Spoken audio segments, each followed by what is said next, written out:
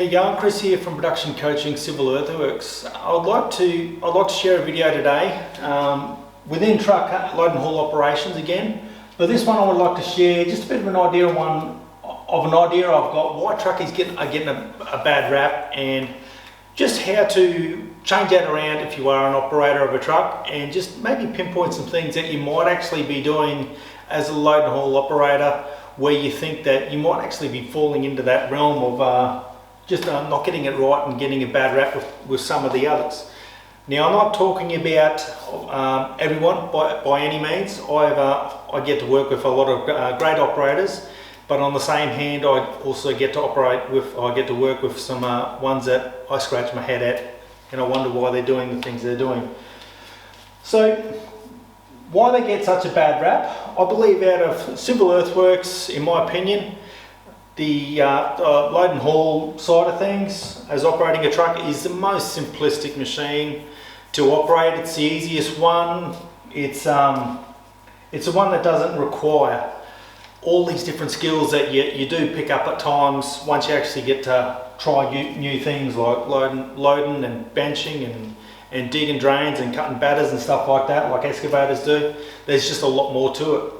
But I think it's just the attitude of the industry itself, where in some cases the terminology like acting like a truck quit and stuff like that comes into play, and the assumption that load and haul operators are all just dead shits, and quite honestly, that couldn't be further from the truth. So I'd like to share one within the actual load and haul operations. And the attitude with some truckies is they're under the assumption that their job is to simply move material from point A to point B.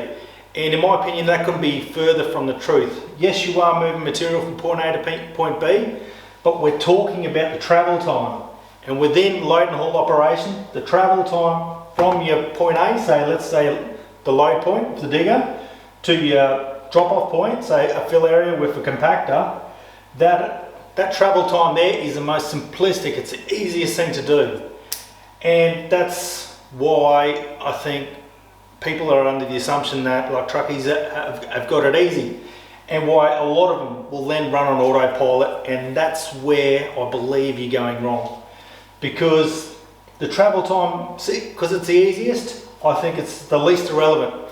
There are main things to be focused on that. Obviously, driving to conditions, operating to site procedures and road rules and all that kind of stuff, and just operating the plant safely.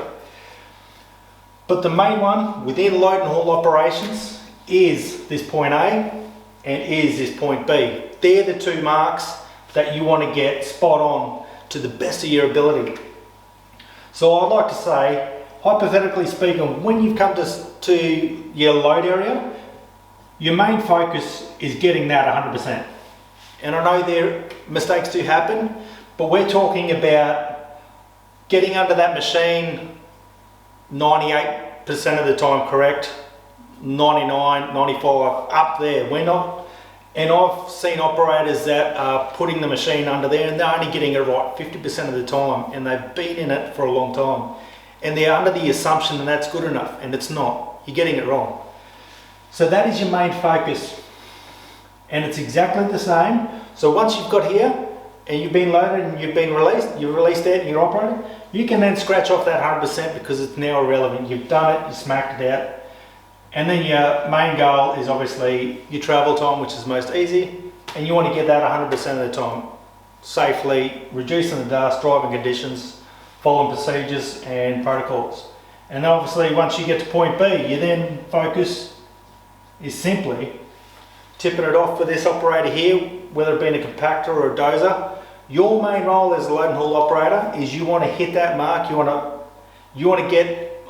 follow the right POSCOMs with this operator. So where you're tipping it is spot on. And like I said, sometimes you're not going to get it absolutely perfect, because perfection, there's no such thing as perfection. There's always a bit of a flaw, but we're chasing excellence.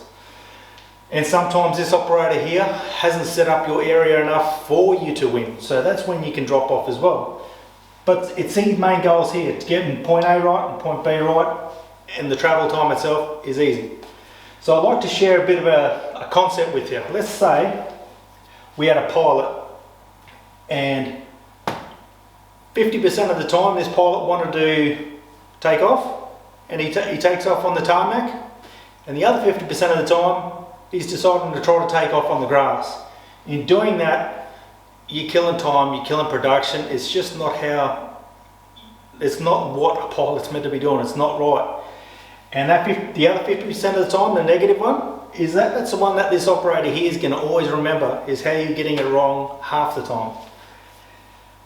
And it could even be 80-20, but still, that 20% of the time, you've got to try to get that to almost zero, 100% right, or minimum 5% wrong. And it goes the same with, just say he's trying to land now. So 50% of the time or 60% of the time, the pilot's landing on the tarmac and getting it absolutely spot on. The other 40% of the time, he's deciding to try to land it on the grass, and it's just not same as, it's just not right. You're not getting it right. You got to double around and try to hit it again, which is killing your time, production, how smooth you're rolling, and just having to double move that machine, that truck, if you have to. If you go to tip and the operator's saying no, not there, you then got to back up or move it or drop the bin or something to get it right. So that's my bit of concept on the whole thing.